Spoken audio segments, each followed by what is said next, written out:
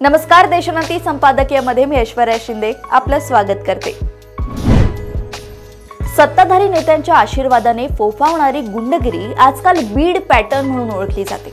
हा बीड पॅटर्न राज्याच्या इतरही जिल्ह्यात कमी अधिक प्रमाणात आपला प्रभाव राखू नये, परंतु आपलेच ओठ आणि आपलेच दात असल्यामुळे सरकारला हा पॅटर्न मोडून काढण्यात यश आले नाही। बड्या राजकीय नेत्यांचा स्थानिक गुंडांवर वरदहस्त असल्यामुळे पोलीस दल देखील हतबल आहे। ही गुंडगिरी किती प्रमाणात आणि किती खोलवर फोफावली आहे याचे बीड दर्शन तर झाले आहेच, आणि आता त्याच मालिकेत जळगाव देखील आपले नाव रोशन करण्याच्या तयारीत आहे। इथल्या गुंडांची मजल थेट केंद्रीय मंत्र्यांच्या मुलीची छेड काढण्यापर्यंत गेली। ज्या मुलीचा आपण पाठलाग करत आहोत, तिचे व्हिडिओ तयार करीत आहोत, छेड काढण्याचा प्रयत्न करीत आहोत, ती एका केंद्रीय मंत्र्याची मुलगी आहे याची माहिती या गाव गुंडांना नसेल असे समजण्याचे कारण नाही।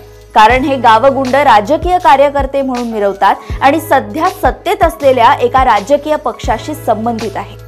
स्वतः मुख्यमंत्र्यांनीच हे गुंड एका राजकीय पक्षाशी संबंधित असल्याचं म्हटलंय। यापूर्वीही त्यांच्या गुंडगिरीच्या तक्रारी पोलीस स्टेशनला व्हायच्या तेव्हा थेट मुख्यमंत्री कार्यालयातून त्यांच्यावर कारवाई करू नये म्हणून दूरध्वनी यायचे असा आरोप केला जातोय। याचा अर्थ या गुंडांची पोहोच खूप वरपर्यंत आहे आणि त्यातून मिळणाऱ्या संरक्षणामुळेच थेट केंद्रीय मंत्र्यांच्या मुलीची छेड काढण्याची हिम्मत त्यांनी केली आहे।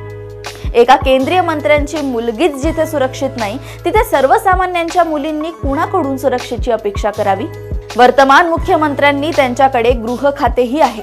तातडीने या बीड पॅटर्नचा मुळासकट नायनाट केला नाही तर महाराष्ट्राचा बिहार म्हणजे पूर्वीचा बिहार आता सार्वजनिक सुरक्षेच्या बाबतीत बिहार देखील महाराष्ट्रापेक्षा प्रगत आहे, झाल्याशिवाय राहणार नाही।